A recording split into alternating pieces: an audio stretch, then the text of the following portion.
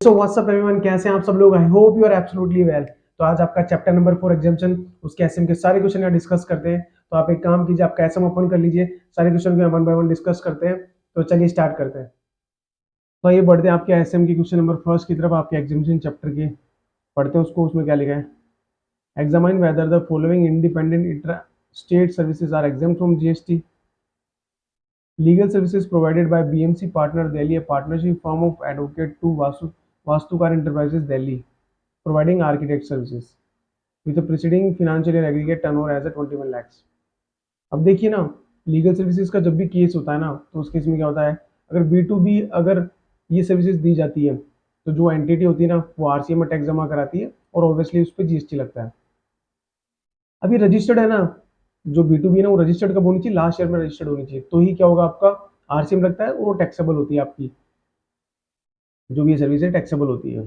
लेकिन अगर ये लास्ट ईयर में अगर रजिस्टर्ड नहीं होगी ना, तो क्या होगी? एग्जाम्प्ट हो जाती है। ओके, तो ये इसका आंसर होगा।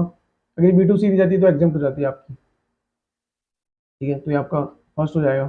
सेकंड पढ़ते हैं। Minimum balance charge collected by Dhanvarsha bank from a current account in saving bank account holder.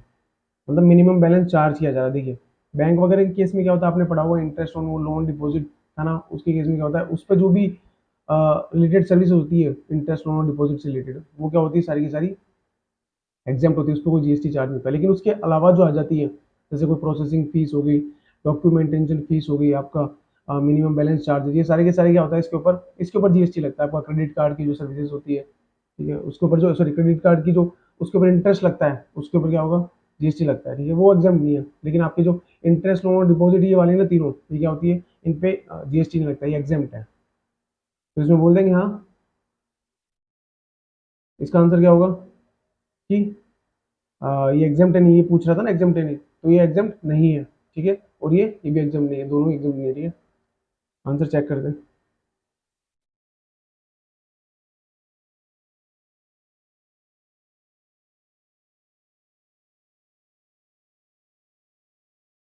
पहला लीगल सर्विस वाला पढ़ रहे हैं ना।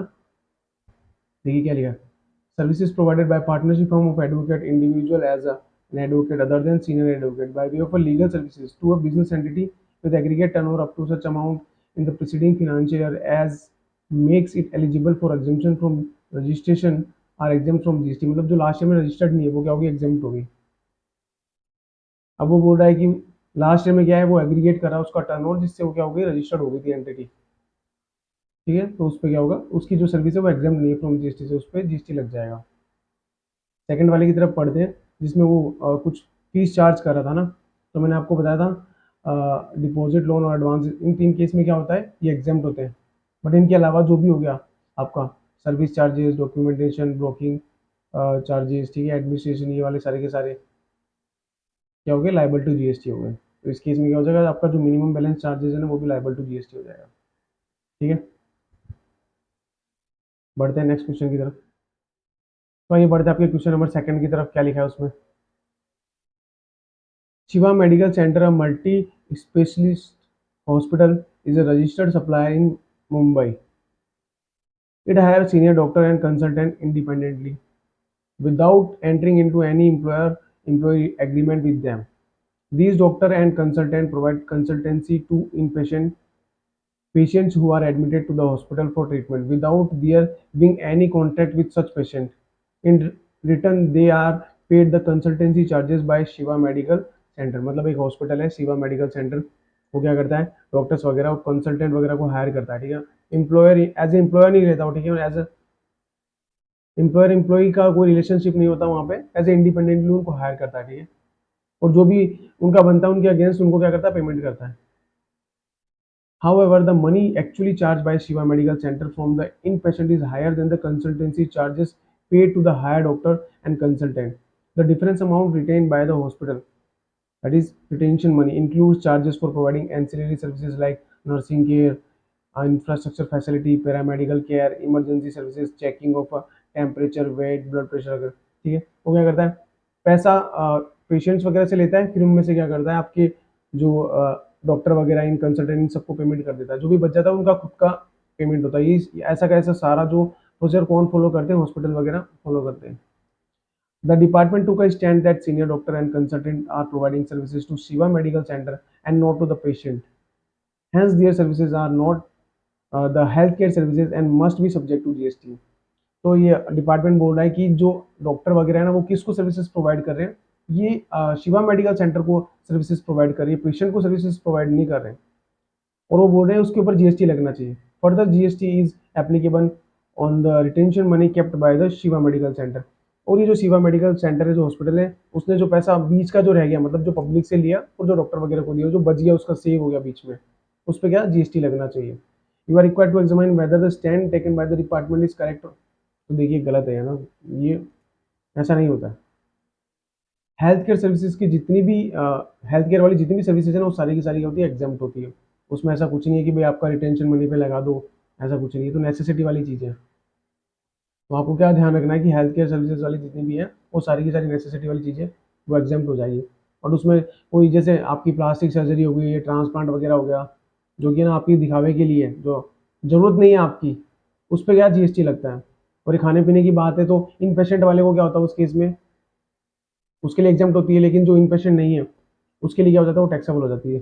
खाने पीने वाली बातें, एम्बुलेंस वाली सारी, वो आपको पता ही कि सारी एग्जाम्प्ट होती है। इसका आंसर चेक कर लेते हैं।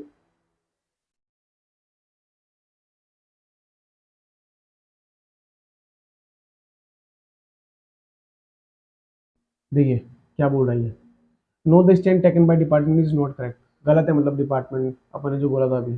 तो services by health care services by clinical establishment and authorise medical practitioner और paramedical are exempt from GST by exemption notification. मतलब वो क्या है, एग्जाम्प्ट है। हेल्थ केयर सर्विसेज पूरी की पूरी एग्जाम्प्ट है। उसमें जो रिटेंशन मनी वगैरह उस पर भी कुछ नहीं लगता है। अब ये हेल्थ केयर सर्विसेज को बता रहे हैं यहाँ पे क्या होता है। देखिए इसमें इसमें डायग्नोसिस होता है, ट्रीटमेंट, केयर होती है, इलनेस, इंजरी, इन सब की, ठीक है, ये बता रहा है। Pregnancy in the recognised system of medical in India and include services by transportation of patient to and from clinical establishment, मतलब एम्बुलेंस वाली हो गया। बट डज नॉट इंक्लूड आपका हेयर ट्रांसप्लांट, कॉस्मेटिक और प्लास्टिक सर्जरी, है ना। फिर बोल रहा है except when undertaken to restore और reconstruct anatomy or function of the body affected due to congenital defect, development or abnormalities, injury or trauma। मतलब वो जरूरी होता है ना, तब कोई दिक्कत नहीं है, अदरवाइज आप कराते हो अगर उसको तो उस पर जीएसटी लग जाता है। लेकिन आपका एक्सीडेंट हो गया, आपका मुंह बिगड़ गया, सपोज दैट कुछ टूट गया, फिर आप कर रहे हैं तो वो नेसेसिटी है, तब उस केस में आप पे जीएसटी नहीं लगेगा। फिर ये सर्कुलर आ गया, has clarified the entire amount charge by the hospital from the patient including the retention money and fee payment made to doctor is toward the healthcare services provided by hospital to the patient and is exempt from the GST. मतलब जो department ने view लिया था ना कि doctor क्या कर रहा है, हॉस्पिटल को सर्विसेज प्रोवाइड कर रहा है, तो ऐसा नहीं है। उसको ऐसा ही माना जाएगा कि हॉस्पिटल क्या कर रहा है, पब्लिक को क्या कर रहा है, हेल्थ केयर सर्विसेज दे रहा है। ठीक है, आपको बाइफरकेट करने की जरूरत नहीं है, ऐसे कि डॉक्टर है ना हॉस्पिटल को दे रहा है, ऐसा ऐसा बाइफरकेट करने की जरूरत नहीं है आपको। वो पूरी सर्विसेज को ऐसा माना जाएगा कि हॉस्पिटल दे रहा है, वो किसको दे रहा है, पब्लिक को दे रहा है। हेल्थ केयर सर्विसेज पूरी पूरी एग्जाम हो जाएगी, चाहे वो टेंशन मनी भी हो, उसमें कुछ भी हो, उससे कोई फर्क नहीं पड़ता। In view of the same GST is not applicable on the retention money kept by Shiva medical centre. ठीक है, और भी कुछ लिखा है। The circular also clarified that services provided by senior doctor, consultant, technicians hired by hospital whether employ or not are also health care services. चाहे उसमें hospital ने उसको हायर किया है या नहीं, उससे कोई फर्क नहीं पड़ता है ना, वो भी हेल्थ केयर सर्विसेज में काउंट होते हैं, exempt from GST. And services provided by senior doctor and consultant hire by Shiva medical centre being health care services are also exempt from GST. ठीक है, मतलब कुल मिला के हेल्थ केयर वाली सारी की सारी क्या थी, एग्जाम थी आपकी। बढ़ते हैं नेक्स्ट क्वेश्चन की तरफ। तो बढ़ते हैं क्वेश्चन नंबर 3 की तरफ, क्या लिखा है उसमें पढ़ते हैं। Vedanta hospital Gurgaon has its own restaurant in the basement of the hospital premises Annapurna भवन which supply food to its inpatient patient admitted in hospital as per the advice of the doctor on nutrition. Annapurna Bhavan also supply food to other patients who are not admitted or their attendants or visitors. The food is prepared by the employee of the hospital and nothing is outsourced to any third party vendors. Vedanta Hospital is of the view that all services provided by a clinical establishment are exempt from the GST and thus it is not liable to pay any tax. You are required to test the correctness of the view taken by the Vedanta hospital. अब बताइए इस case में क्या होगा, क्या ये health care services में आता है? हाँ, हेल्थ केयर सर्विसेज में आता है, खाना वगैरह देना, लेकिन ये इन पेशेंट के केस में ये ना हेल्थ केयर सर्विसेज है। लेकिन अगर आपने उनके जो साथ जो उनके रिलेटिव आए, मतलब जो कह सकते हैं आप अटेंडेंट है या विजिटर है जो भी है ना, उनको दिया ना, तो क्या होगा, उस केस में जीएसटी लग जाएगा वहाँ पे, चाहे खाना कैंटीन से बन रहा हो या कहीं से आउटसोर्स किया हो। अगर आउटसोर्स होता है तो उस केस में क्या होता है, जो सामने वाला बंदा होता है ना, जो आउटसोर्स मतलब जो जिसको किया गया है खाना वगैरह बनाने का काम, वो तो क्या करेगा, जीएसटी चार्ज करेगा उसके लिए, तो हॉस्पिटल से चार्ज करेगा ध्यान रखना। लेकिन जब हॉस्पिटल आगे देगा ना तो उस पर जीएसटी नहीं लगेगा। ठीक है। और खाना वही होना चाहिए जो डॉक्टर वगैरह और न्यूट्रिशन वगैरह ने जो उसको सजेस्ट किया हो। लेकिन अगर आपने अदर स्टाफ को दिया, जैसे डॉक्टर वगैरह को दे दिया, तो क्या होगा, तब भी आपका टैक्सेबल हो जाएगा, ध्यान रखना। ठीक है। तो इसमें जो ये आपका वेदांता हॉस्पिटल कह रहा है कि भाई ये हेल्थ केयर सर्विसेज में है, तो मानेंगे हाँ हेल्थ केयर सर्विसेज में है, बट वो अगर आप इन पेशेंट देते हैं, आप जो बंदा ना इन पेशेंट है उसी को देते हैं, तभी वो हेल्थ केयर सर्विसेज है और एग्जाम्प्ट है। उसके अलावा जिसको दे दिया, जैसे डॉक्टर को दे दिया, वहाँ के स्टाफ को दे दिया, जो विजिटर आ रहे हैं उनको दे दिया, तो टैक्सेबल हो जाएगा, ध्यान रखना। देखते हैं आंसर में क्या लिखा है।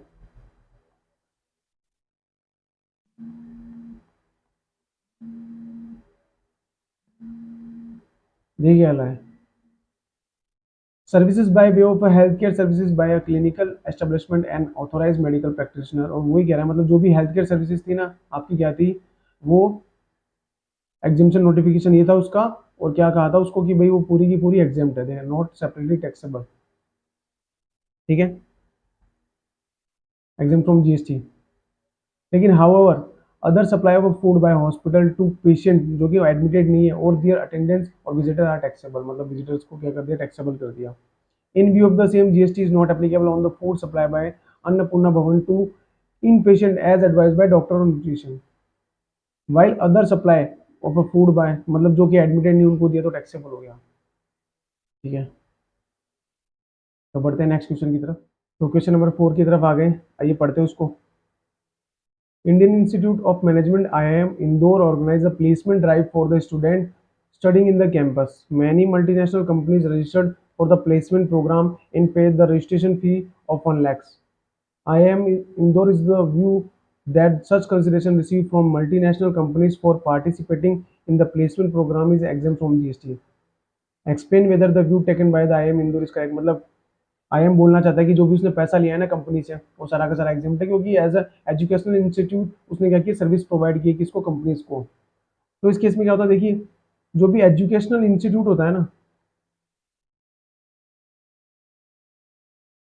एजुकेशनल इंस्टीट्यूशन, ओके, वो क्या करता है, अगर वो टीचर, फैकल्टी आप उसकी और स्टाफ, अगर इनको देता है ना, कोई सर्विस प्रोवाइड करता है तो वो एग्जाम्प्ट होती है, आपने पढ़ा होगा। ठीक है, एजुकेशनल इंस्टीट्यूट क्या करता है, टीचर फैकल्टी और स्टाफ को अगर कोई सर्विस प्रोवाइड करता है ना तो वो एग्जाम्प्ट होती है। लेकिन यहाँ पे सर्विस उसने किसको प्रोवाइड की है, इस क्वेश्चन में इसने जो कंपनीज है, मल्टीनेशनल कंपनीज है, उनको सर्विसेज प्रोवाइड किया, वो एग्जाम्प्ट नहीं है इस केस में, उस पर जीएसटी लगता है। ठीक है, और ऐसे क्या होता है, एजुकेशनल इंस्टीट्यूट को सर्विस प्रोवाइड की जाती है, जैसे ट्रांसपोर्टेशन की, किसके, ये इन्हीं तीनों के, टीचर फैकल्टी और स्टाफ।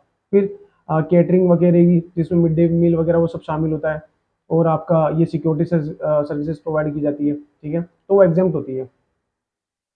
तो एजुकेशनल इंस्टीट्यूट अगर टीचर फैकल्टी स्टाफ को अगर कोई सर्विस प्रोवाइड करता है तो एग्जाम्प्ट होती है। बट यहाँ पे क्या हुआ है, आपका जो कंपनीज वगैरह को सर्विस प्रोवाइड की इसने, तो क्या होगा, वो एग्जाम्प्ट नहीं होगा, उस पर टैक्स लगेगा। और आईआईएम क्या है आपका, एजुकेशनल इंस्टीट्यूट की डेफिनेशन में आता है, क्योंकि ये क्या करता है, एक डिग्री प्रोवाइड करता है जो कि रिकॉग्नाइज बाय लॉ है। ठीक है, तो ये आपको लिखना है इसके अंदर सारी बातें। देखते हैं इसका आंसर क्या है, उसमें क्या लिखा है, इंस्टीट्यूट ने किस तरीके से लिखता है वो देखना आपको इंपॉर्टेंट है ना। बाकी जो ओरल होता है वो अपन यहाँ डिस्कस कर लेते हैं।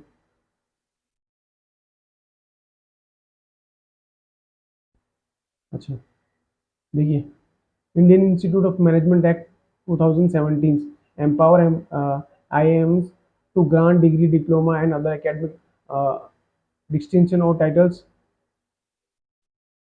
specify the criteria and process for admission to course and programs of the study, specify the academic content of programs. Resultantly, all the IIMs fall under the purview of educational institute। मतलब आपको बताया था मैंने, educational institution की definition में आ गए सारे के सारे। ठीक है, as they provide educational as a part of the curriculum for obtaining a qualification recognise by the law for the timing force, मतलब वो एक डिग्री प्रोवाइड करते हैं जो कि रिकॉग्नाइज बाय लॉ है, ध्यान रखना। और ये एजुकेशनल इंस्टीट्यूशन की डेफिनेशन में आता है, पर पता होना चाहिए था। ठीक है, further services provided by educational institution to the student faculty and staff are exempt from GST by exemption notification. ठीक है, मतलब इन तीनों को देता है तो एग्जाम होता है। बट यहाँ पे क्या हुआ, उसने किसको दिए, मल्टीनेशनल कंपनी को दिए, जो कि एग्जाम फ्रॉम जीएसटी नहीं है। ठीक है, बढ़ते नेक्स्ट क्वेश्चन की तरफ। भाई बढ़ते क्वेश्चन नंबर 5 की तरफ, क्या लिखा है उसमें पढ़ते हैं उसको। India corporation limited, a public sector undertaking, has been taken a loan from a banking company wellness bank limited. The loan was guaranteed by the central government, India corporation limited defaulted in the repayment of the such loan. Examine whether the services of a guaranteeing of the loan by central government in the given case is liable to GST।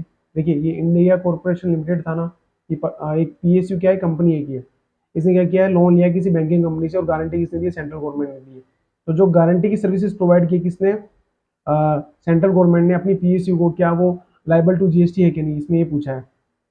तो देखिए जब भी government वगैरह, चाहे आपकी central चाहे state हो, वो क्या करती है, अपनी पीएसयू को क्या करती है, कोई गारंटी की सर्विसेज प्रोवाइड करती है ना, अगेंस्ट उन्होंने कहीं से भी अगर कोई लोन लिया है तो बैंकिंग कंपनी से, फिनेंशियल इंस्टीट्यूशन से, तो क्या होता है, वो एग्जाम्प्ट होता है, उस पर जीएसटी नहीं लगता है। तो इस केस में यही बोल देंगे कि भाई इसमें ये लाइबल टू जीएसटी नहीं है। ठीक है, ये तो आपका क्वेश्चन नंबर 5 है। इसका आंसर देखते हैं।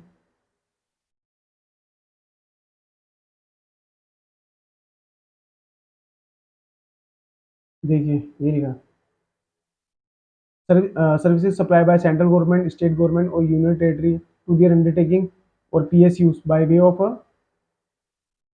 guaranteeing the loan taken by such undertaking or PSU from banking companies and financial institutions are exempt from GST। ठीक है, तो इस केस में क्या होगा, आर exempt from टैक्स हो जाएगा। ठीक है, नेक्स्ट क्वेश्चन की तरफ बढ़ते हैं।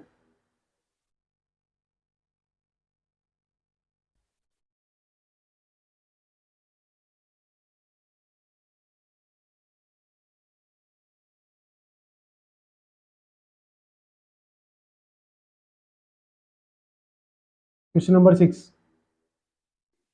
तो क्वेश्चन नंबर 6 की तरफ आ चुके हैं। British high commission ship diplomatic mission of United kingdom is located in India. मतलब आपका ये ब्रिटिश हाई कमीशन जो कि कहाँ पे आपका इंडिया में लोकेटेड है, is providing advisory services to the student willing to the travel to UK for further study. और वो क्या कर रहा है, एडवाइजरी सर्विसेज प्रोवाइड कर रहा है किसको, जो भी स्टूडेंट इंडिया के जो कहाँ जाना चाहते हैं, यूके जाना चाहते हैं फर्दर स्टडीज के लिए। The mission has organise a seminar for such student and registration fees of 5000 per student has been charge from the student for the same. उसके अगेंस्ट उन्होंने क्या किया, एडवाइजरी सर्विसेज के अगेंस्ट 5000 रुपये लिए हर स्टूडेंट से। You are required to determine the whether advisory services provided by high commission are liable to GST. अब देखिए जो भी हाई कमीशन वगैरह जो भी सर्विस प्रोवाइड करते हैं ना इन इंडिया, तो क्या होती है, सारी की सारी एग्जाम्प्ट होती है। फॉरेन डिप्लोमेसी जो भी ये करते हैं ना, सारे के सारे लोग जो भी एडवाइस जो भी सर्विसेज प्रोवाइड करते हैं इंडिया में, सारी की सारी एग्जाम्प्ट होती है। ठीक है, तो इसका आंसर लिख देंगे कि भाई वो एग्जाम्प्ट है। ठीक है,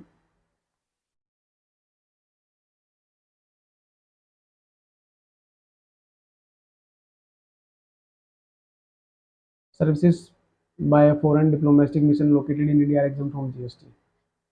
Hence, in the given case, advisory services provided by British High Commission located in Delhi to the student are exempt from GST। ठीक है, तो बढ़ते क्वेश्चन नंबर 7 की तरफ पढ़ते हैं, उसमें क्या लिखा है। Explain in brief whether the below mentioned independent cases of a supply of a services provided are exempt or taxable under GST law, providing very brief reasoning। ठीक है, मतलब इंडिपेंडेंट केसेस दे रही है, बताने ये टैक्सेबल है, exempt है। First है, उसमें क्या लिखा है उसको पढ़ते हैं। Himalaya Vendors Campsite, a registered entity under GST, has a fixed of various tent in Shimla for lodging purpose being offered to tourists and trekkers। The details of a tent rented by Himalaya Vendors Campsite on 8 December is as under। मतलब ये क्या करते हैं, जो tourist वगैरह आते हैं, trackers, उनको क्या देते हैं, कैंप वगैरह देते हैं। ठीक है, ठहरने के लिए जो होते हैं ना, कैंप वगैरह लगाते हैं, घूमने के लिए जाते हैं अपन, वो देते हैं, रेंट पे देते हैं। तो उन्होंने ये आपको 8 दिसंबर का डाटा दिया है कि उन्होंने ना नंबर ऑफ टेंट रेंटेड 10 है, अमाउंट ऑफ रेंट चार्ज पर टेंट पर डे लिखा है 600 रुपये, और नेचर ऑफ एक्यूपेंसी सिंगल, मतलब सिंगल पर्सन का जो एक टेंट है उस ऐसे टेन रेंट टेन है ना, टेंट उन्होंने क्या किया रेंट पे दिए 600 रुपये के हिसाब से, पर टेंट कितने पे दिया 600 रुपये के हिसाब से, ऐसे ही दिए 15 टेंट दिए उन्होंने 1000 रुपये के हिसाब से, जिसकी डबल ऑक्यूपेंसी, ये सिंगल ऑक्यूपेंसी वाला था, डबल ऑक्यूपेंसी वाला है। तो ये पूछ रहे टैक्सेबल है या एग्जाम्प्ट है बताइए। तो ऐसा ना पूरी आपके एग्जामिशन चैप्टर में ऐसा कोई नोटिफिकेशन नहीं है, ऐसी कोई है ना इसके बारे में स्पेसिफिक लिखा नहीं है कि अगर आप कोई टूरिस्ट वगैरह या ट्रैकर वगैरह वाले जो लोग आते हैं उनको अगर आप कैंप वगैरह देते हैं, भाड़े पे देने का काम करते हैं तो उसको एग्जाम्प्ट है, तो ऐसा कहीं लिखा नहीं है स्पेसिफिकली, तो क्या है पूरा का पूरा टैक्सेबल हो जाएगा। ठीक है, इसके आंसर एक साथ देखेंगे सारे। सेकंड पे आ जाइए। Fabulous Infotech Limited, LLP, firm having registered place of business in Hyderabad under GST, entered into a contract with Nita Services for providing air conditioner minivans for 1 year for transportation of its female employee working in night shift to be picked up from designated sports every day at 9 p.m. except weekends and drop to the office. ठीक है, the same female employee were again pick up from office at 6:30 a.m. every morning except weekend and drop back at same spots from where they are were pick up। मतलब क्या करना है, एक company है ना, उसने क्या किया कोई सर्विसेज वाले बस वाले उनके साथ में क्या किया, कोई एग्रीमेंट किया कि हमारी जो लेडीज स्टाफ है ना उसको एक टाइम बता रहेगा, वहां से आपको उठाना है और अपने ऑफिस छोड़ना है, फिर ऑफिस से वापस उनके घर छोड़ना है। ठीक है ना, उठाने का मतलब यहाँ से उनको मतलब पिक करना है। ठीक है, तो क्या ये फेब्स कंपनी कौन सी फेब्स है, ये आपकी इन्फोटेक, ये एलएलपी इसने किया है, किसके साथ किया, नीता सर्विसेज के साथ में, 1 साल का कॉन्ट्रैक्ट है। तो ऐसा कहीं है ना आपकी जो एग्जामिनेशन चैप्टर है उसमें ऐसा लिखा नहीं कि आप है ना लेडीज़ के ट्रांसपोर्टेशन का अगर उनके वर्किंग आवर के ड्यूरेशन क्या करते हो आप, उनको ऐसा अगर ड्रॉप का और पिकअप का कोई ऐसी सर्विस प्रोवाइड करते हो, और अगर आप कोई सर्विस प्रोवाइडर हो इस तरह का ट्रांसपोर्टेशन वाला, तो एग्जामिनेशन आपको दी है, ऐसा कहीं लिखा नहीं है, तो पूरा का पूरा टैक्सेबल है। ठीक है, बढ़ते नेक्स्ट की तरफ। Hum Tum services limited registered under GST, provided catering services to Baljatan anganwadi, an educational institute providing pre-education uh, pre-education school education amounting to 2.5 lakhs in month of February। मतलब क्या लिखा है ये केटरिंग सर्विस प्रोवाइड कर रहा है किसको, इसको, ये आंगनवाड़ी है आपकी। ठीक है, जो कि एजुकेशनल इंस्टीट्यूट है, कितने की, 2.5 लाख रुपए की in the month of February. तो आपको पता है आंगनवाड़ी आपका ना एजुकेशनल इंस्टीट्यूट की जो डेफिनेशन में आती है, और आपने पढ़ा है कि अगर एजुकेशन इंस्टीट्यूट को अगर आप कुछ सर्विसेज देते हैं जिसमें सिक्योरिटीज वाली है, मिड डे मील वाली है, वो सर्विसेज देते हैं ना, तो वो क्या होती है, एग्जाम्प्ट होती है। तो ये क्या किया इसने, केटरिंग की सर्विसेज दी है, तो इस पर जीएसटी नहीं लगेगा, है ना। ठीक है, आगे बढ़ते हैं नेक्स्ट।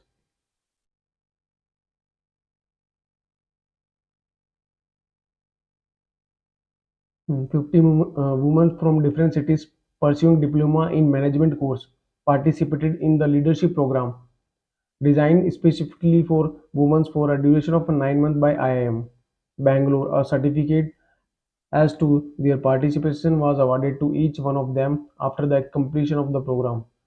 मतलब क्या है कि आईआईएम ने कोर्स स्टार्ट किया है जो 9 मंथ का है, वो क्या लीडरशिप प्रोग्राम के नाम से वुमेन्स के लिए बनाया है स्पेसिफिकली। ठीक है, बाद में उनको एक सर्टिफिकेट भी दिया जाएगा इससे रिलेटेड। तो क्या इस तरह की जो सर्विस प्रोवाइड कर रहा है वो एग्जाम्प्ट है क्या। तो देखिए है ना, पहली बात तो आईआईएम जो भी ये कोर्स देता है ना, वो उसके एग्जाम्प्ट होने के ना सिर्फ दो ही बता रहा है कि एक तो 2 साल का एक कोर्स प्रोवाइड करता है वो, और एक 5 ईयर का एक कोर्स प्रोवाइड करता है, वो एग्जाम्प्ट है। उसके अलावा जितने भी शॉर्ट टर्म ड्यूरेशन वाले जितने भी आपके जो वो प्रोग्राम चलाता है ना, वो सारे सारे टैक्सेबल है। ये शॉर्ट टर्म वाला ये 9 महीने का ही है। तो 2 साल वाला और 5 साल वाला प्रोग्राम देखिए यहाँ दे रखा है, एक तो मैं लिख रखा फुल टाइम पोस्ट ग्रेजुएट एक तो प्रोग्राम है वो, और डिप्लोमा इन मैनेजमेंट, या तो ये हो 2 साल का, या एक 5 साल का जो इंटीग्रेटेड प्रोग्राम इन मैनेजमेंट, ये वाले कोर्स चलाता है ना, तो वो एग्जाम्प्ट होते हैं आईआईएम के जो भी। अदरवाइज उसके जितने भी शॉर्ट टर्म हो गए ना, वो सारे के सारे टैक्सेबल हो जाएंगे। ठीक है, तो ये अदर वाली कैटेगरी में आता है और ये टैक्सेबल हो जाएगा आपका। और आईआईएम आपका एजुकेशन इंस्टीट्यूट तो है ही। ठीक है, अब बढ़ते नेक्स्ट की तरफ। Mr Ashok rented is residential flat to his friend doctor Kishore who is not a registered under GST for use as is medical clinic at monthly rent of 15,000। मतलब क्या हो गया, मिस्टर अशोक ने क्या किया, अपना रेसिडेंशियल फ्लैट दिया किसको, अशोक को, कॉमर्शियल पर्पज के लिए। अगर रेसिडेंशियल के लिए देता ना तो एग्जाम हो जाता, लेकिन यहाँ रेसिडेंशियल कॉमर्शियल के लिए दे दिया तो क्या हो जाएगा, टैक्सेबल हो जाएगा यहाँ पे। ठीक है, तो आंसर चेक कर लेते हैं 7 का ना।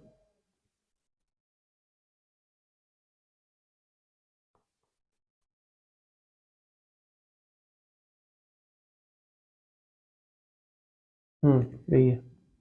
पहला था, मैंने बोला था पहला आपका कहीं कोई स्पेसिफिक एग्जामेशन नहीं दे रखी थी उसको तो टैक्सेबल हो जाएगा। ठीक है, अगर उसमें चैप्टर में कहीं स्पेसिफिकली लिख रखा है तो एग्जाम, अदरवाइज सारा टैक्सेबल है।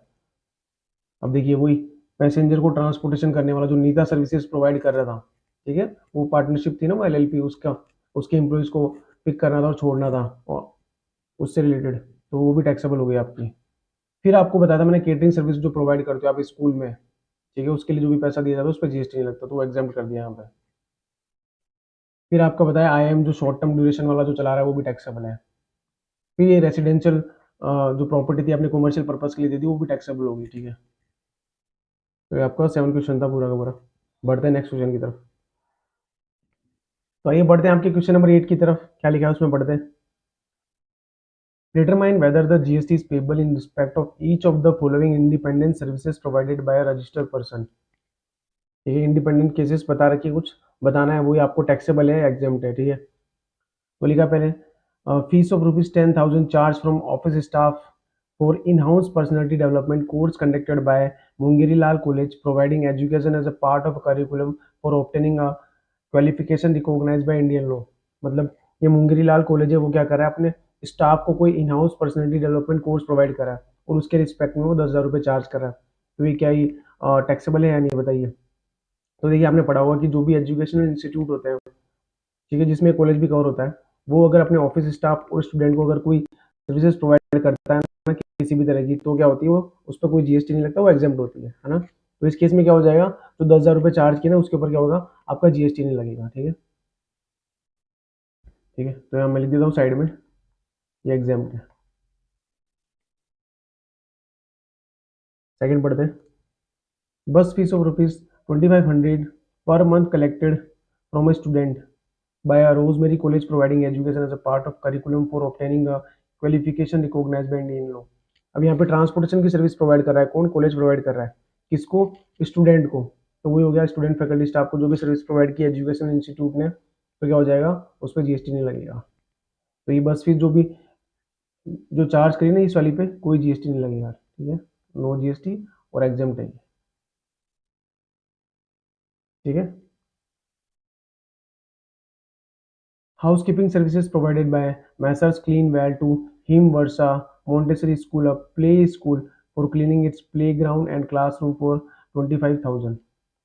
अब स्कूल को किस तरह की सर्विस प्रोवाइड करी है आपने, हाउस कीपिंग की सिक्योरिटीज की सर्विसेज। अगर आपके जो प्री स्कूल या एजुकेशनल जो हायर एजुकेशनल जो स्कूल होते हैं वहाँ तक अगर प्रोवाइड करते हो ना आप, तो क्या होता है वहाँ पे कोई जीएसटी चार्ज नहीं होता है। तो यहाँ पे किसकी हाउस कीपिंग की सर्विस प्रोवाइड की किसने, मैसर्स क्लीन वेल ने, किसको, हिमवर्षा को 25,000 रुपये पर मंथ चार्ज किया उसके रिस्पेक्ट में, तो क्या होगा, उस पर कोई जीएसटी नहीं लगेगा। ठीक है,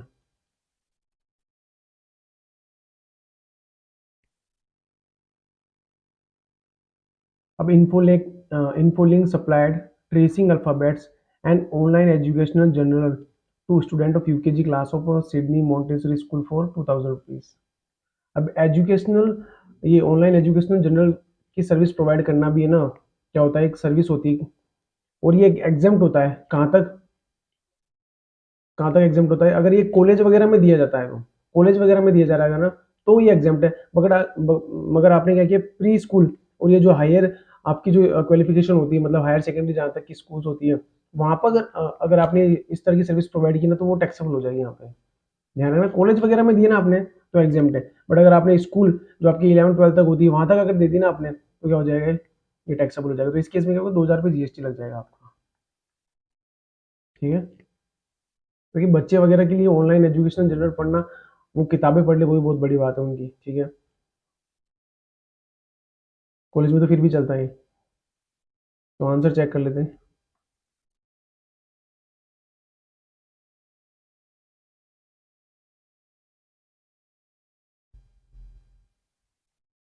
देखिए, services provided by educational institute to student faculty and staff क्या होता है, एग्जाम फ्रॉम जीएसटी हो जाएगा। इसीलिए जो भी मुंगेरी लाल कॉलेज ने क्या करी, जो भी सर्विस प्रोवाइड की किसको, उसके स्टाफ को, है ना, वो क्या हो जाएगी, एग्जाम हो जाएगी फ्रॉम जीएसटी। दूसरा पढ़ा था आपने रोजमेरी वाला। रोजमेरी वाले में क्या हो जाएगा, ट्रांसपोर्टेशन की जो सर्विस प्रोवाइड कर रहे थे किसको, स्टूडेंट्स को, वो भी क्या हो जाएगा, एग्जाम हो जाएगा। थर्ड वाले में हाउस कीपिंग की सर्विस प्रोवाइड कर रहे थे, हाउस कीपिंग की सर्विसेज, वो भी एग्जाम फ्रॉम जीएसटी है। और ये प्री स्कूल और हायर सेकेंडरी स्कूल तक दी जाती है तो एग्जाम होती है। तो इस केस में क्या होगा, प्री स्कूल में दी जा रही थी तो क्या हो जाएगी, एग्जाम हो जाएगी, एग्जाम फ्रॉम जीएसटी। और जो फोर्थ वाला केस था ऑनलाइन एजुकेशन जनरल वाला, मैंने आपको बताया था, अगर वो दी जाती है कहाँ पे, आपके अप टू 12 तक, मतलब प्री स्कूल और हायर सेकेंडरी स्कूल तक दी जाती है, तो क्या होगा, वो टैक्सेबल हो जाएगा। वैसे तो जनरली एग्जाम है, देखिए लिखा है, services provided to an education institution by way of a supply for online journal और periodicals is exempt from GST.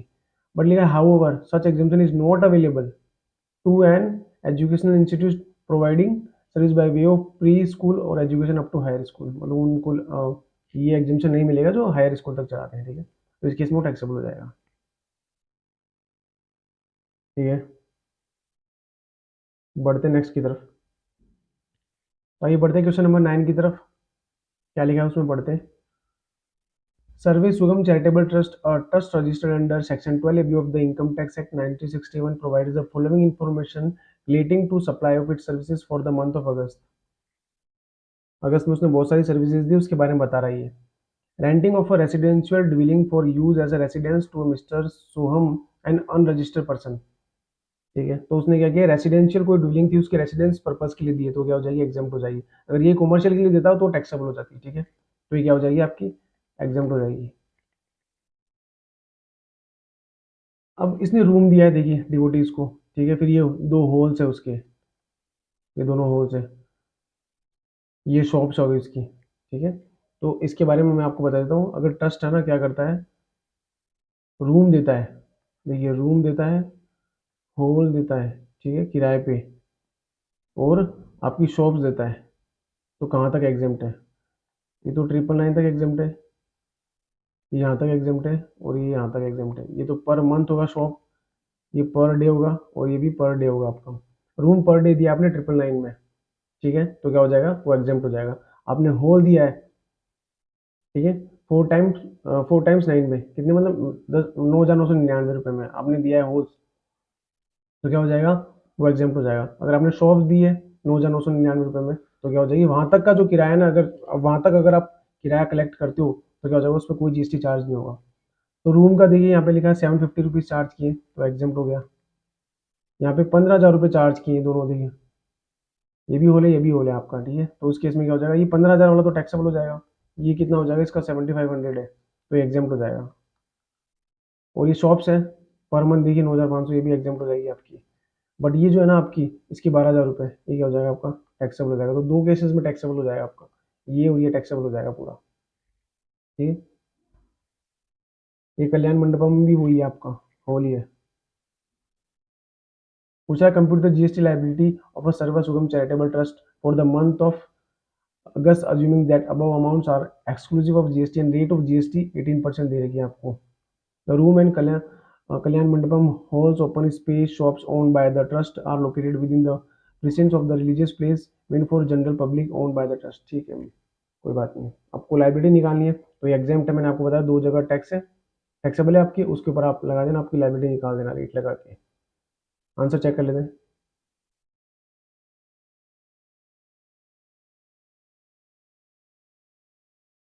देखिए ये आ गया। अब देखिए, how ever said exemption is not available trust के केस में, ये बोला टैक्सेबल कब से होगा, 1,000 रुपये से टैक्सेबल हो जाएगा पर डे, किसको, रूम को, मतलब 999 तक एग्जाम था, ठीक है। होल के लिए बोल रहा है, वो 10,000 रुपये से टैक्सेबल है, मतलब यहाँ तक एग्जाम था, 4 टाइम्स 9 तक, ठीक है। फिर ऐसे शॉप्स की बात करता है, जो मंथ की बात करता है, ठीक है, वो कहाँ से टैक्सेबल है, 10,000 से, मतलब यहाँ तक वो एग्जाम्ट है आपका। तो इस केस में क्या हो गया, आपका पहला वाला था वो एग्जाम्ट हो गया, दूसरा वाला था वो भी एग्जाम्ट हो गया, ये आपका टैक्सेबल हो गया, ये भी आपका एग्जाम्ट, ये भी आपका एग्जाम्ट, और ये टैक्सेबल हो गया, ठीक है। तो टोटल वैल्यू ऑफ सप्लाई इतनी हो गई। इसके ऊपर क्या कर देंगे, इसके ऊपर जीएसटी लाइबिलिटी निकाले ना, अगर पूछा तो। वैसे तो इसने क्या किया, यहाँ पे टोटल निकाल के छोड़ दिया आपकी, नहीं ये रहा ना, ये जीएसटी लाइबिलिटी निकाल दी 18%। ओके, ये आपकी वैल्यू थी टोटल। ठीक है, बढ़ते हैं नेक्स्ट की तरफ। क्वेश्चन नंबर 10 को डिस्कस करते हैं। Mr. Nagarjun, a registered supplier of Chennai, has received the following amounts in respect of activities undertaken by him during the month of September. ठीक है, उसमें पहला लिखा है point, amount charge for services provided to recognise sports body as a selector of a national team. 50,000 रुपये उसने charge किए। तो देखिए क्या होता है, जब भी आप as a recognise sports body को अगर कोई सर्विस प्रोवाइड करते हो, ठीक है, एज अ प्लेयर देते हो, उसमें एम्पायर की देते हो, ठीक है, कोच की देते हो, तो एग्जाम्प्ट होता है। लेकिन आप एज अ सेलेक्टर देते हो ना, तो उसमें क्या होता है, वो टैक्सेबल होता है, वो एग्जाम्प्ट नहीं होता है। तो यहाँ पे क्या हो जाएगा, एज अ सेलेक्टर दिया ना उसने, तो क्या हो जाएगा, वो टैक्सेबल हो जाएगा। ठीक है, दूसरा क्या पूछ रहा है, commissioning commission received as a insurance agent from a insurance company. अब कमीशन रिसीव हुआ है 65,000 रुपये का, ठीक है, तो उसको 65,000 रुपये का, तो इस पर जीएसटी तो लगेगा, बट जीएसटी कौन जमा कराएगा, इस केस में आरसीएम लगता है, आपको पता है, तो वो इंश्योरेंस कंपनी जमा कराती है, टैक्सेबल तो है ये। पूछा क्या, एक बार देख लेते नीचे, you are required to calculate the gross liability. ठीक है, आपको लाइबिलिटी निकालनी है, तो लाइबिलिटी में ये टैक्सेबल तो हो जाएगा, लेकिन इसका टैक्स कौन देगा, आपकी इंश्योरेंस कंपनी देगी, आरसीएम है ना, अब मैंने आरसीएम वाले चैप्टर में देखा था। Amount charged as a business correspondent for the services provided to urban branch of a nationalized bank with respect to saving bank account, 15,000 रुपये। ठीक है, तो इस केस में क्या होगा, अगर यही सर्विस प्रोवाइड करता ना एज ए बिजनेस कोरस्पोंडेंट, जो वो दे रहा है रूरल ब्रांच में के लिए देता ना, तो क्या होता है, वो एग्जाम्प्ट हो जाता, लेकिन यहाँ पे अर्बन ब्रांच के लिए दिया तो टैक्सेबल हो जाएगा। ठीक है, service to foreign diplomatic mission located in India, हाँ तो टैक्सेबल है। अगर ये लोग देते हैं ना, फॉरेन डिप्लोमेटिक मिशन वाले, तो एग्जाम्प्ट होता है, इनको जो दी जाती है ना, वो टैक्सेबल होती है। फ्यूनरल सर्विसेज दिए, तो ये तो पता है आपके नेगेटिव लिस्ट में, तो इस पर तो वैसे जीएसटी नहीं लगेगा। ठीक है, आगे बढ़ते हैं। He receive the services from unregistered GTA for his business activity and paid freight of 45,000। तो क्या होगा, इस पे आरसीएम में टैक्स कौन जमा कराएगा, ये खुद जमा कराएगा। All the transactions stated above are interstate transaction and also are exclusive of GST. You are required to calculate gross tax liability. Ignore ITC provision of Mr. Nagarjun for the month of September, assuming that the rate of GST 18% except the GST, जो GT की rate दे रही है 5%, तो वैसे वो RCM हो गया 5% की रेट। पूछा working note should be part of your answer, तो कैसे आंसर देंगे, आपको पता चल गया, ये तो टैक्सेबल है। इस पे आरसीएम में कौन टैक्स जमा कराएगा, इंश्योरेंस कंपनी जमा कराएगी। इस पे भी ये जमा कराएगा, इस पे भी जमा कराएगा, और ये तो एग्जाम्प्ट है ही। और आपका आरसीएम में भी कौन जमा कराएगा, ये जमा कराएगा। ठीक है, आंसर चेक कर लेते हैं, ये क्वेश्चन नंबर 10 है ना।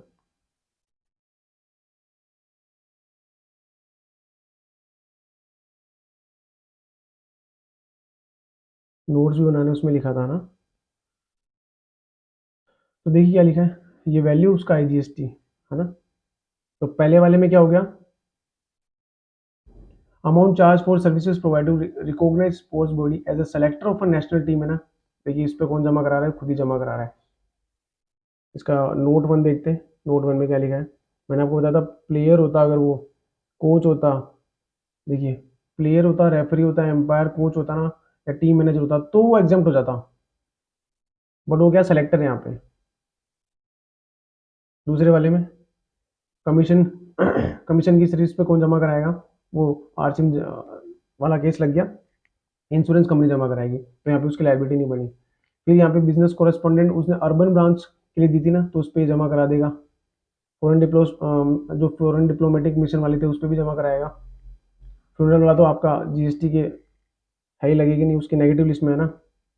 और आपका ये वाला केस हो गया एक, तो जीटीए वाला, जो अनरजिस्टर्ड आपने जीटीए से लिया ना, उस केस में भी आपको जमा कराना पड़ेगा, तो आपकी आई जीएसटी लाइबिलिटी बन गई पूरी की पूरी। ये नोट्स दे रखे हैं उसके। ठीक है, देखिए, ठीक है, बढ़ते हैं आगे। तो आइए बढ़ते क्वेश्चन नंबर 11 की तरफ। Vivid Private Limited is a supplier of goods and services at a Bangalore, registered in the state of Karnataka, having turnover of 200 lakhs in the last financial year. It has furnished the following information for the month of June.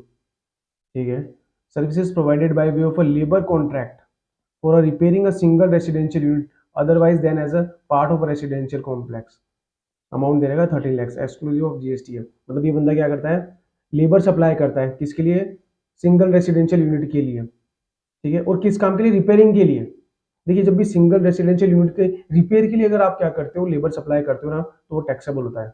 लेकिन अगर आप यही है ना labour supply करते हैं single residential unit के original work के लिए, जिसमें उसका कंस्ट्रक्शन शामिल होता है, इरेक्शन शामिल होता, कमीशनिंग शामिल होता, तो वो एग्जाम्प्ट हो जाता। लेकिन रिपेयरिंग है ना, आपका ओरिजिनल वर्क नहीं है, ये एक बार आपकी जो इमूवेबल प्रॉपर्टी रिपेयर हो जाती है उसके बाद में फर्दर आपको क्या रिपेयरिंग वगैरह की जरूरत पड़ती है, तो उस टाइम पे अगर आपने लेबर सप्लाई की ना, तो पूरा का पूरा टैक्सेबल हो जाएगा। तो क्या हो गया, क्या लिखेंगे अपने इसके अंदर कि इसका ओरिजिनल वर्क नहीं है। ओरिजिनल वर्क होता है किससे रिलेटेड, आपका कंस्ट्रक्शन, इरेक्शन, कमीशन। तो उस टाइम पे अगर आप कोई सप्लाई करते हो लेबर की, तो वो एग्जाम्प्ट होता है। और ये केस है ना यहाँ पे कवर नहीं होता रिपेयर वाला, ठीक है, ये ओरिजिनल वर्क नहीं है इसका, तो ये टैक्सेबल हो जाएगा यहाँ पे। 13 लाख पूरा का पूरा टैक्सेबल हो जाएगा। ठीक है, नेक्स्ट पढ़ते हैं। Fee receive from the student of a competitive exam training academy run by Vividh private limited. अब देखिए आपने एजुकेशन इंस्टीट्यूशन वाली इसमें वो पढ़ी होगी एग्जामेशन है ना, उसमें क्या होता है, जो भी एजुकेशन इंस्टीट्यूशन होते हैं वो क्या करते हैं, सर्विस प्रोवाइड करते हैं। कौन किसको, स्टूडेंट फैकल्टी स्टाफ को, तो एग्जाम होता है, आपने पढ़ा था, ठीक है। लेकिन उस केस में क्या होता है, वो जो क्वालिफिकेशन होती है ना, वो रिकॉग्नाइज बाय लॉ होनी चाहिए। अगर कोई प्राइवेट इंस्टीट्यूट चलाता है और वो ऐसी क्या करता है, सर्विस प्रोवाइड करता है किसको, स्टूडेंट्स को, लेकिन जो वो एजुकेशन होती है या वो करिकुलम होता है वो रिकॉग्नाइज बाय लॉ होना चाहिए। अब यहाँ पे क्या है, कॉम्पिटिटिव एग्जाम है, कॉम्पिटिटिव एग्जाम है ना, रिकॉग्नाइज बाय लॉ नहीं होता है। ये जैसे बैंक पीओ की तैयारी है सारी की सारी, तो रिकॉग्नाइज बाय लॉ नहीं होता। तो इस तरह की सर्विस प्रोवाइड किसको करा है, स्टूडेंट्स को, तो पूरा का पूरा टैक्सेबल हो जाएगा यहाँ पे, ठीक है। 4 buses each with a seating capacity of 72 passengers given on a hire to state transport undertaking। देखिए स्टेट ट्रांसपोर्ट अंडरटेकिंग को एक तरीके से गवर्नमेंट को आप क्या करते हैं, ये बस वगैरह हायर पे देते हैं जिसकी कैपेसिटी क्या है, 12 से ज़्यादा है सीटिंग कैपेसिटी। तो उस केस में क्या होता है, आपकी जो सर्विस होती है ना हायरिंग की, वो क्या होती है, एग्जेम्प्ट होती है। तो यहाँ पे क्या हो जाएगा, 72 जो पैसेंजर वाली जो बस दी है वो क्या हो जाएगी, मतलब 6 लाख रुपीज जो रिसीव किए इसने, वो क्या हो जाएगा, एग्जेम्प्ट हो जाएगा। ये दोनों ऊपर वाले टैक्सेबल थे। आगे बढ़ते हैं। Rent paid to local municipal corporation for a premises taken on rent for competitive exam training academy. मतलब रेंट पेड किया किसको, लोकल म्युनिसिपल कॉर्पोरेशन को, इमोबल प्रॉपर्टीज ने रेंट पे लिया। अब गवर्नमेंट जो भी क्या करती है, कोई सर्विस प्रोवाइड करती है किसको, किसी रजिस्टर्ड एंटिटी को, ठीक है। यहाँ पे रजिस्टर्ड इसका टर्नओवर दे रखा है आपको 200 लाख रुपए। तो क्या हो जाएगा, उस केस में आरसीएम में टैक्स जमा कराता है कौन, सामने वाली रजिस्टर्ड एंटिटी। तो यहाँ पे क्या होगा, इस पर टैक्स कौन जमा कराएगा आरसीएम में, यही क्या नाम है इसका, विविध प्राइवेट लिमिटेड, यही जमा कराएंगे, ठीक है, टैक्सेबल तो है ही। अब जीटी की सर्विस ली है, ठीक है, जीटी उसकी रेट क्या 12% दे रहे थे, तो फॉरवर्ड चार्ज में कौन जमा कराएगा, वही जमा कराएगा, हम जमा नहीं कराएंगे, ठीक है। लिखा है goods transport service receive from a registered GT which has opted to pay itself 12%, वो जमा कराएगा। हमको निकालना क्या, देखिए compute gross GST liability including tax payable under reverse charge. Reverse charge में कौन सा हो जाएगा आपका, ये वाला हो गया, इमूवेबल प्रॉपर्टी वाला केस है ना। Ignoring ITC provision of a Vivid Private Limited for the month of June, assuming that the above amount are exclusive of GST and rate of GST 18% यहाँ पे भी है, ठीक है। क्या है इसमें आराम से निकाल लेंगे।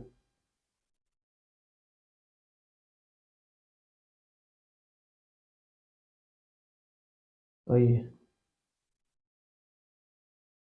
देखिए कंपटीशन जीएसटी लाइबिलिटी बता रखा है क्या, पहला वाला था मैंने आपको क्या बताया था कि उसमें रिपेयर रिपेयर के टाइम पे आप क्या करते हो, जब भी रिपेयर होती है किसकी, सिंगल रेसिडेंशियल यूनिट की, और उस पॉइंट पे आप क्या करते हो, सप्लाई करते हो लेबर की, तो क्या होगा उस पॉइंट पे वो सारी की सारी जो भी आपकी सर्विसेज है वो टैक्सेबल हो जाएगी। देखिए यही इसमें लिखा है।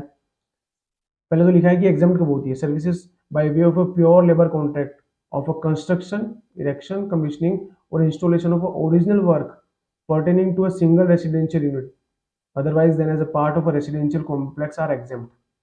ठीक है, तो आप सिंगल रेसिडेंशियल यूनिट के लिए ये 4 तरह की सर्विसेज दे रहे हो, और ओरिजिनल वर्क होना चाहिए, उसका ध्यान रखना, पहली बार बन रही हो सारी चीजें, और उसमें भी ये 4 चीजें दो, पहली बार में भी आप ये 4 चीजें दो, तो वो एग्जाम्प्ट होती है।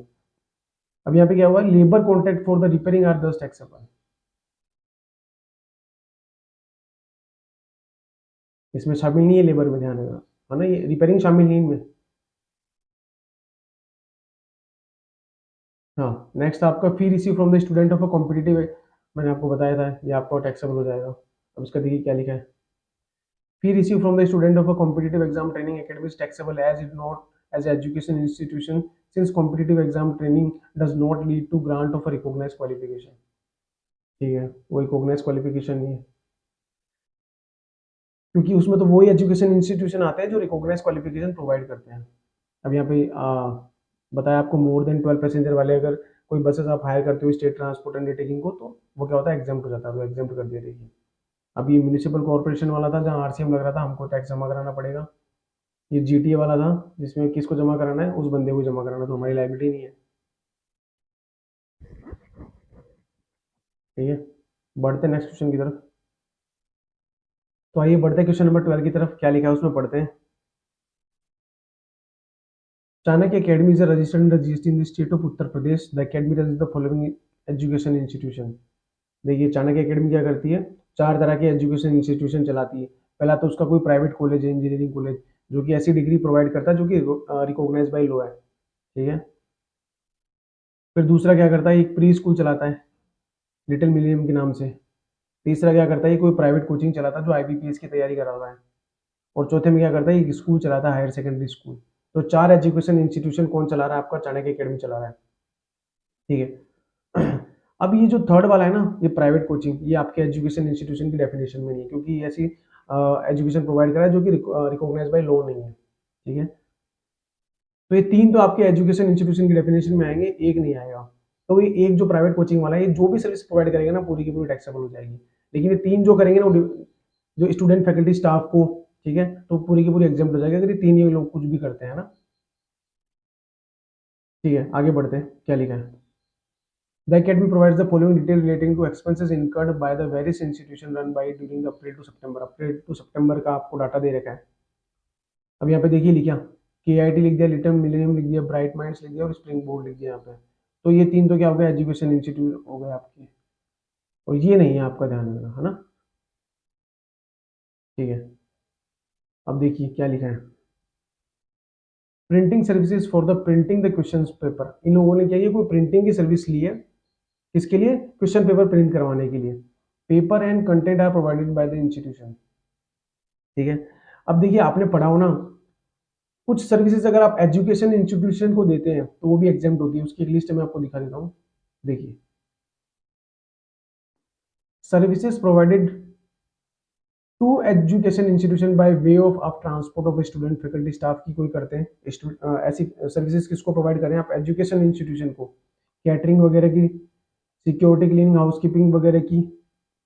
ठीक है, services relating to admission to और conduct of examination by such education institution, या आप कोई ऑनलाइन जनरल प्रोवाइड कर रहे हैं। ठीक है, तो अगर आपने ये पांच सर्विसेज किसको दी, एजुकेशन इंस्टीट्यूशन को दी है, तो उस केस में आपकी सर्विस क्या होती है, एग्जाम्प्ट हो जाती है। अब यहाँ पे क्या हुआ है, आपने क्या किया है, देखिए आपने प्रिंटिंग की सर्विसेज दी है, जो कि क्या हो रहा है, क्वेश्चन वगैरह, क्वेश्चन पेपर वगैरह प्रिंट हो रहे हैं। तो ये एग्जामिनेशन कंडक्ट होने से रिलेटेड आपकी एक्टिविटी है ना, तो उससे रिलेटेड जो भी आप सर्विस प्रोवाइड करते हो एग्जाम्प्ट होती है। साफ साफ देखिए लिखा है यहाँ पे, क्या लिखा है यहाँ पे, services relating to admission to और conduct of examination by such education institution, है ना। तो यहाँ पे क्या होगा, ये पेपर वगैरह किस लिए प्रिंट किए जा रहे हैं, एग्जाम वगैरह कराने के लिए किए जा रहे हैं। तो जब भी आप ऐसी कोई सर्विस प्रोवाइड करोगे किसको, एजुकेशन इंस्टीट्यूशन को, तो एग्जाम हो जाएगा, उस पर कोई जीएसटी नहीं लगेगा। तो ये क्या हो गया, ये एग्जाम हो जाएगा, यहाँ पे कुछ भी नहीं लगेगा, है ना, नो जीएसटी, ध्यान रखना, नो जीएसटी और नो जीएसटी। और ये तो जो भी ये आपका एजुकेशन इंस्टीट्यूशन है ही नहीं, तो इस पर तो जीएसटी लग जाएगा आपका, है ना। ठीक है, paper procure from the for printing the question paper.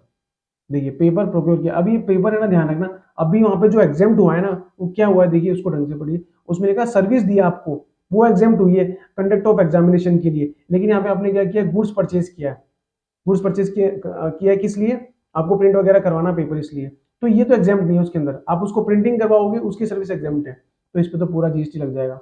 इस पर तो प्राइवेट वाला था, इस पर तो लगना ही था, और ये भी पूरा क्या हो जाएगा, इस पर जीएसटी लग जाएगा। फिर लिखा है honorarium to paper setter and examination. Not on the rules of the institution, मतलब क्या किया, किसी पेपर सेटर को उसने पैसे दिए।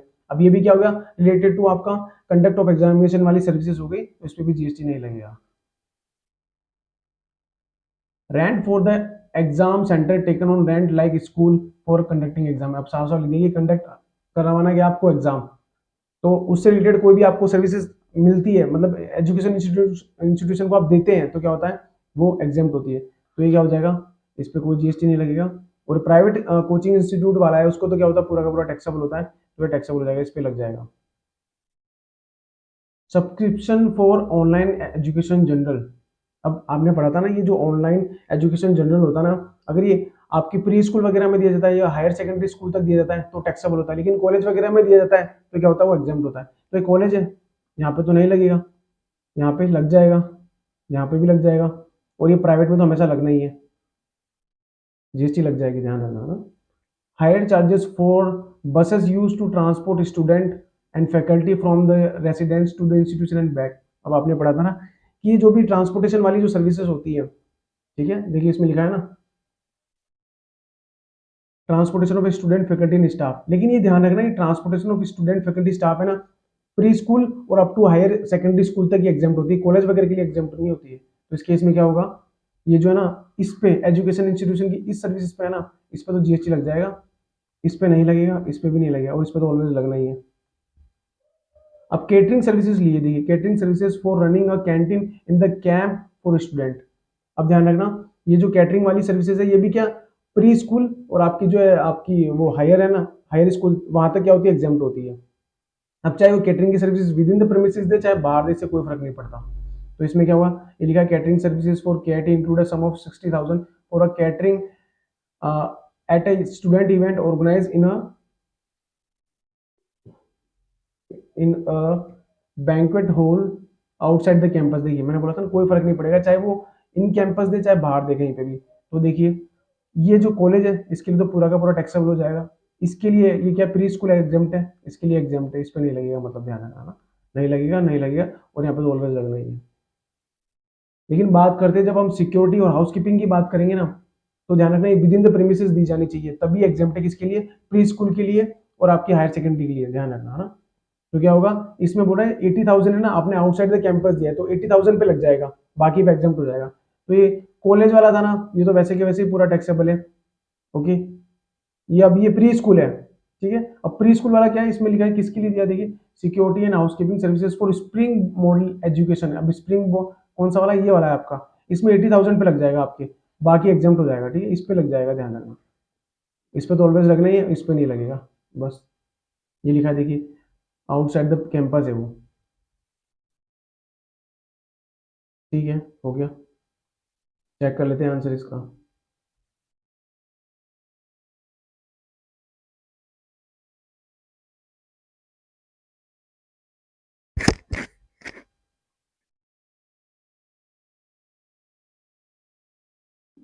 देखिए अब है ना, पूरा पहले थ्योरेटिकल लिख रहा है कि एजुकेशन इंस्टीट्यूशन की डेफिनेशन में क्या होता है, प्री स्कूल आते हैं, आपके हायर सेकेंडरी तक स्कूल आ रहे हैं, फिर ऐसे एजुकेशन जो कि करिकुलम है for obtaining a qualification recognised by any law, approved vocational educational courses आते हैं, ठीक है। अब लिखा है ऐसी सर्विसेज जो आप एजुकेशन इंस्टीट्यूशन को दे रहे हैं, इन तीन बंदों को, ये जो थे ना यहाँ पे देखिए, ये तीन तरह की एजुकेशन इंस्टीट्यूशन की डेफिनेशन में आ रहे हैं, इनको आपने अगर ये सर्विसेज दी हैं तो एग्जाम्प्ट हो जाएगी, लिखा है यहाँ पे, कौन सी, ट्रांसपोर्टेशन की, स्टूडेंट फैकल्टी स्टाफ की, केटरिंग वगैरह की, सिक्योरिटी क्लीनिंग हाउस की, है ना, एडमिशन की, और कंडक्ट ऑफ एनी एग्जामिनेशन की, ऑनलाइन एजुकेशन जनरल वाली। अब लिखा है जो फर्स्ट सेकंड थर्ड है ना, जो मैंने आपको बताया था कौन से वाले, ट्रांसपोर्टेशन वाली, केटरिंग वाली, सिक्योरिटी और क्लीनिंग वाली, हाउस कीपिंग वाली, ये सर्विसेज कब एग्जाम्प्ट होती है, ये कहाँ तक एग्जाम्प्ट होती है, आपकी प्री स्कूल तक और आपके हायर सेकेंडरी स्कूल तक, तो वही लिखा है देखिए, प्री स्कूल तक और हायर सेकेंडरी स्कूल तक एग्जाम्प्ट होती है। फिर लिखा है ऑनलाइन एजुकेशन जनरल वाली होती है ना, वो कहाँ तक एग्जाम्प्ट होती है, मैंने आपको बताया था, वो सिर्फ कॉलेज वालों के लिए एग्जाम्प्ट होती है, बट आपके जो प्री स्कूल वगैरह है इनके लिए वो एग्जाम्प्ट नहीं होती है, आपके हायर सेकेंडरी स्कूल तक, तो ये लिखा है ना, नॉट एग्जाम किसके लिए, आपके प्री स्कूल वालों के लिए, और जो हायर सेकेंडरी स्कूल वाले उनके लिए नहीं होती। और ये भी लिखा है education as a part of the approved vocational education, ये भी एग्जाम नहीं होती। ठीक है। अब ये बोल रहा है KIT था ना आपका इंजीनियरिंग कॉलेज, मैंने आपको बताया था तीन उसमें से क्या एजुकेशन इंस्टीट्यूशन की डेफिनेशन में आते हैं, एक नहीं आता, तो उसके बारे में बता रहा। देखिए ये KIT के बारे में बोल रहा है, फिर आपके ये स्प्रिंग बोर्ड और लिटिल मिलियम उसके बारे में बोल रहा है, लेकिन ये आपकी प्राइवेट इंस्टीट्यूट जो आपका कोचिंग सेंटर था उसके बारे में बोल रहा है, लिखा है coaching centre training candidate to secure a banking job is not an education institution in the terms of the exemption notification. Hence, none of the selected services will be exempt when provided to education. आपका ये brand mind है जो भी, ठीक है। अब ये वो आ गया जो अपन ऊपर डिस्कस कर रहे थे सारा का सारा, देखिए। अब वो कंडक्ट ऑफ एग्जामिनेशन से रिलेटेड जो भी सर्विसेज थी एजुकेशन इंस्टीट्यूशन को जो आपने दी है वो एग्जाम हो जाएगी। तो एजुकेशन इंस्टीट्यूशन की डेफिनेशन में ये भी था, ये भी था और ये भी था, ये नहीं था आपका, है ना। तो इस पे तो लग रहा है देखिए इन दोनों पे एग्जाम हो गया। अब आपने मैंने बोला था कंडक्ट ऑफ एग्जामिनेशन से रिलेटेड सर्विसेज होनी चाहिए, गुड्स नहीं होना चाहिए, तो आपने पेपर प्रोक्योर किया था वहां पे, है ना, तो पेपर पे लग गया, देखिए तीनों के लिए लग गया। इस पे तो ऑलवेज लगना ही था, इस पे भी लग गया, इसने तो ली ही नहीं थी कुछ। फिर आपने क्या किया था, पेपर सेटर को आपने पेमेंट किया था, ठीक है, तो उस केस में क्या हो गया, वो भी कंडक्ट ऑफ एग्जामिनेशन से रिलेटेड सर्विसेज हो गई और वो एग्जाम कर दी थी यहाँ पे, इन तीनों में थी नहीं वो। फिर आपने क्या किया, वो स्कूल वगैरह ली, वही कंडक्ट ऑफ एग्जामिनेशन से रिलेटेड थी, तो यहाँ पे क्या हुआ, एग्जाम हो गई, प्राइवेट वाले के लिए ऑलवेज टैक्सेबल होगी। अब आपने ऑनलाइन एजुकेशन जनरल की बात की थी, मैंने बोला था कॉलेज वगैरह के लिए एग्जाम होगा, तो देखिए एग्जाम हो गया, बाकी सब पे लग गया। फिर आपको मैंने बताया था कि ट्रांसपोर्टेशन चार्जेस होता है, ट्रांसपोर्टेशन की आप जो भी सर्विसेज लेते हैं वो आपकी जो प्री स्कूल है और जो हायर सेकेंडरी स्कूल है वहाँ तक एग्जाम होती है, तो कॉलेज वालों के लिए टैक्सेबल करती है, प्राइवेट वालों के लिए तो वैसे ही टैक्सेबल हो जाएगी। ये एजुकेशन इंस्टीट्यूशन की डेफिनेशन में उस केस में तो ये एग्जाम हो जाएंगे। अब केटरिंग की सर्विसेज थी, मैंने आपको बताया विद कैंपस लो चाहे विदाउट, मतलब विद कैंपस या आपके आउटसाइड द कैंपस हो, पूरा का पूरा एग्जाम होता है, लेकिन कहाँ तक, प्री स्कूल और आपका जो हायर सेकेंडरी स्कूल तक होता है, तो कॉलेज वगैरह के लिए तो टैक्सेबल है। ये दोनों एजुकेशन इंस्टीट्यूशन है यहाँ पे, तो एग्जाम हो जाएगा, ये प्राइवेट वाला तो वैसे टैक्सेबल है। फिर बात की थी मैंने सिक्योरिटी और हाउसकीपिंग की, तो मैंने बताया था आपको ये भी कॉलेज वालों के लिए टैक्सेबल हो जाएगा, क्योंकि वहाँ पे प्री स्कूल और हायर सेकेंडरी स्कूल तक ही आता है, यहाँ पे ली नहीं है, और यहाँ पे प्राइवेट वाला पूरा टैक्सेबल होगा, और ये आउटसाइड द कैंपस ले लिए, ध्यान रखना, तो क्या हो जाएगा, ये टैक्सेबल हो जाएगा इतना जितना आउटसाइड द कैंपस लिए। बस ये ये आपका टोटल GST पेबल हो गया, बस कंप्लीट। इंपोर्टेंट क्वेश्चन है, ध्यान रखना ना। आगे बढ़ते हैं। सो आइए बढ़ते हैं आपकी क्वेश्चन नंबर 13 की तरफ, पढ़ते हैं उसमें क्या लिखा है। Messrs A to Z, a proprietary firm registered under GST, is engaged in providing various services under one roof. The firm provides the following information pertaining to supply made, input service available by during the month of March. मार्च में कुछ service दी है और कुछ service ली है, उसका data दे रखा है। पहला पॉइंट क्या दे रखा है, amount collected for loading unloading packing and warehousing, किसकी, पोटैटो चिप्स की। चार एक्टिविटी हुई, लोडिंग अनलोडिंग पैकिंग और वेयरहाउसिंग पोटैटो चिप्स की। अगर ये पोटैटो चिप्स अगर एग्रीकल्चर प्रोड्यूस है ना तो एग्जाम हो जाएगा, अगर ये एग्रीकल्चर प्रोड्यूस नहीं है तो क्या हो जाएगा, टैक्सेबल हो जाएगा। मैं आपको बता दूं पोटैटो चिप्स ने एग्रीकल्चर प्रोड्यूस नहीं है, तो इस पे क्या हो जाएगा, आपका GST लग जाएगा। अगर ये एग्रीकल्चर प्रोड्यूस होता तो क्या होता, GST नहीं लगता। अब एग्रीकल्चर प्रोड्यूस होने के लिए क्या उसकी मेन कंडीशन है, वो रॉ फॉर्म में होना चाहिए। जैसे ही पोटैटो चिप्स अगर पोटैटो होता ओनली तो क्या होता, उस पर GST नहीं लगता। इसकी जगह अगर टोमेटो होता तो टोमेटो पे भी नहीं लगता, लेकिन टोमेटो सूप बन जाएगा ना तो क्या हो जाएगा, उस पर GST लग जाएगा। ठीक है, तो रॉ फॉर्म में होनी चाहिए कोई भी एग्रीकल्चर प्रोड्यूस। आगे बढ़ते हैं सेकंड पे। Fee paid for yoga camp conducted by charitable trust registered under section 12AB of the income tax act 1961 for employ of the firm.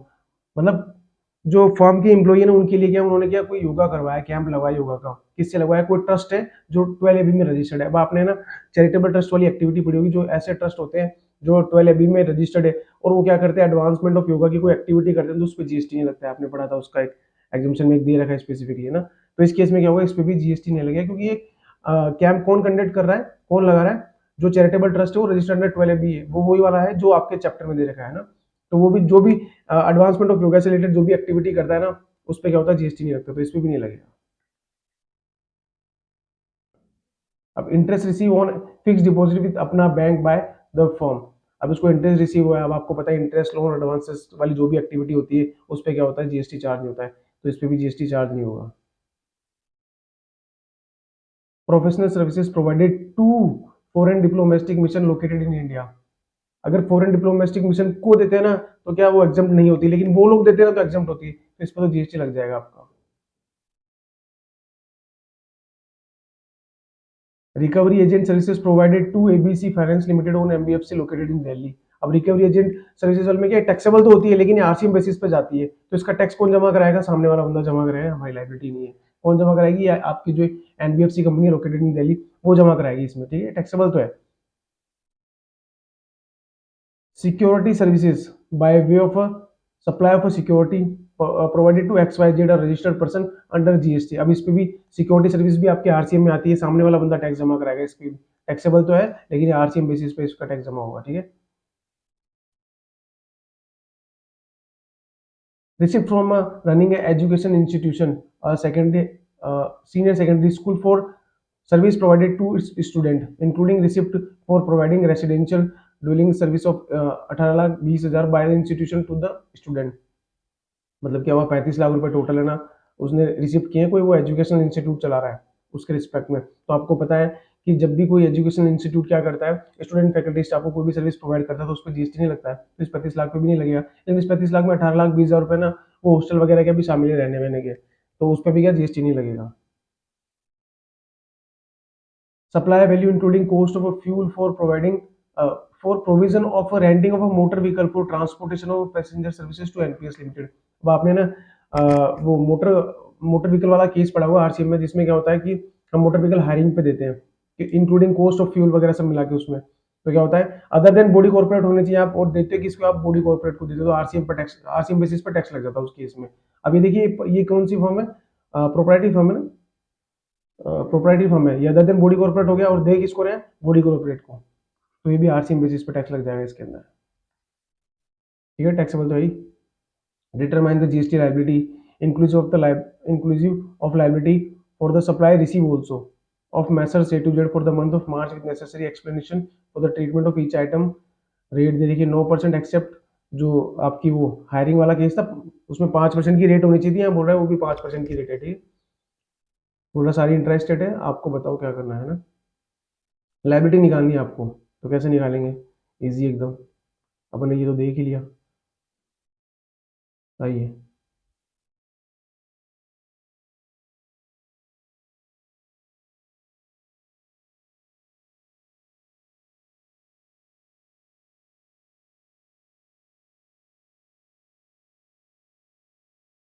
देखिए, लोडिंग अनलोडिंग पैकिंग और वेयरहाउसिंग ऑफ पोटैटो चिप्स, जो कि क्या agriculture produce नहीं है, ये taxable हो गया। फी पेड फॉर योगा कैंप, मैंने आपको बताया था जो 12B में है, वो उस पर क्या जीएसटी नहीं लगता, तो नहीं लग रहा, वो भी एडवांसमेंट ऑफ योगा की एक्टिविटी कर ही रहा था। अब इंटरेस्ट लोन डिपॉजिट वाली जो एक्टिविटी थी, मैंने आपको बताया था उस पर जीएसटी नहीं लगता, तो नहीं लग रहा। Professional services provided to foreign diplomatic mission है, टैक्सेबल हो जाएगा, ये एग्जाम्प्ट नहीं, वो देते हैं तो एग्जाम्प्ट हो जाता है। रिकवरी एजेंट सर्विसेज वाली जो सर्विसेज है, वो आरसीएम बेसिस पर टैक्स लगती है, उस पर कौन टैक्स जमा कराएगा आपका? तो ये देखिए लिखा आरसीएम बेसिस पे, सामने वाली जो आपकी एनबीएफसी वो जमा कराएगी, ठीक है। सिक्योरिटी सर्विसेज थी, उस पर भी आरसीएम बेसिस पर टैक्स लगेगा, देखिए अंडर रिवर्स चार्ज लिखा हुआ है। एजुकेशन इंस्टीट्यूशन वाला था, वो सारा का सारा एग्जाम्प्ट है। रेंटिंग ऑफ मोटर व्हीकल, वो भी आरसीएम बेसिस पर टैक्स लगेगा अंडर आरसीएम, ठीक है, तो जीएसटी लायबिलिटी आपकी आ जाएगी, ठीक है। नेक्स्ट क्वेश्चन पे चलते हैं, तो आइए क्वेश्चन नंबर 14 को डिस्कस करते हैं। A2X Services Limited, registered under GST, is engaged in providing various services to various educational institutions. The company provides the following information in respect of a services provided during the month of April, ठीक है। पहला point क्या लिखा है उसके अंदर? वो educational institution को बहुत सारी सर्विसेज दे रहा है, जिसमें ये सारे 5 पॉइंट बना के दिए हैं कि ये सर्विस प्रोवाइड कर रहा है। वो पहला दे रखा है, transportation of a student staff of a शिक्षा यूनिवर्सिटी डीम्ड यूनिवर्सिटी। देखिए ये क्या कर रहा है, ट्रांसपोर्टेशन किसका कर रहा है? स्टूडेंट और स्टाफ का कर रहा है, किसका? लेकिन वो कॉलेज है, वो यूनिवर्सिटी है, उसका कर रहा है। तो आपको बताना transportation of student faculty staff, वो अप टू द आपका प्री स्कूल और हायर सेकेंडरी स्कूल तक क्या होता है, वो एग्जाम्प्ट होता है। बट ये यहाँ पे ये कॉलेज वगैरह आ गया, यूनिवर्सिटी आ गया, तो यहाँ पे एग्जाम्प्ट नहीं होता, ये टैक्सेबल हो जाएगा आपका। आपको बताना क्या है, वैसे भी कमेंट ऑन द टैक्सेबिलिटी बताना है, टैक्सेबल या एग्जाम्प्ट है, ठीक है, तो ये टैक्सेबल हो जाएगा। फिर दूसरा पॉइंट क्या बोल रहा है, catering services provided to RBSC sorry provided to rank CBSE school. तो आपको पता है कैटरिंग की सर्विसेज अगर प्री स्कूल वही आपकी जो हायर सेकेंडरी स्कूल तक अगर दी जाती है, तो क्या होती है, वो एग्जाम्प्ट होती है। तो यहाँ पे क्या हो जाएगा, कैटरिंग की सर्विस आपकी एग्जाम्प्ट हो जाएगी। अब security personal services provided to win CBSE school for its annual sports day held at a SAI sports complex own by the government of India. अब सिक्योरिटी की जो आपकी सर्विसेज होती है, अगर वो विद इन द प्रीमिसेस दी जाती है ना ऑफ द स्कूल, सिक्योरिटी की और क्लीनिंग की, तो क्या होता है तभी एग्जाम्प्ट होती है। कब तक, किन के लिए, वो भी वही स्कूल्स, आपकी प्री स्कूल और आपको आपकी जो हायर सेकेंडरी स्कूल है वहां तक की बात कर रहा हूं मैं ना। तो इसमें क्या है, ये ऐसी जगह दी गई है जो कि कहाँ पे, आउटसाइड द प्रीमिसेस है। देखिए क्योंकि लिखा है complex own by the government of India, मतलब आपका स्कूल का प्रीमिसेस नहीं है, बाहर ही है कहीं पे, तो पूरा का पूरा टैक्सेबल हो जाएगा। ठीक है। तो ट्रांसपोर्टेशन की अगर सर्विस दी जाती है किसको, स्टूडेंट फैकल्टी स्टाफ को, तो एग्जाम होता है, वो भी किसके लिए, प्री स्कूल और वो हायर सेकेंडरी स्कूल तक के लिए। और आपकी जो क्लीनिंग की और सिक्योरिटी की सर्विसेज होती है वो भी अगर इस विद इन द प्रीमिसेस दी जाती है ना तो वो एग्जाम होती है, अगर बाहर दी गई तो टैक्सेबल हो जाएगी। केटरिंग की चाहे आप विद इन दो, चाहे प्रीमिसेस की आप बाहर दो, किनके लिए, उन्हीं के लिए, प्री स्कूल के लिए और हायर सेकेंडरी स्कूल के लिए, तो क्या होगा, वो एग्जाम होगी, ऑलवेज ध्यान रखना। अब supply for online periodical science journal to merit CBSE school for its higher secondary students.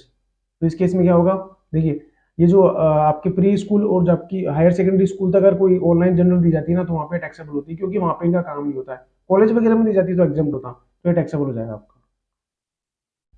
Service in relation to placement of a student to skill government recognise vocational training college. अब placement की services provide किए तो ये taxable है।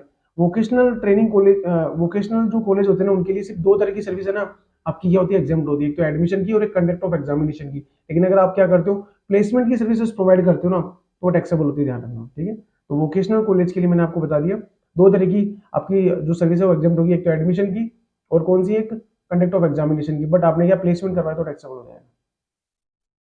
ठीक है, पढ़ते हैं आंसर इसका क्या लिखा है।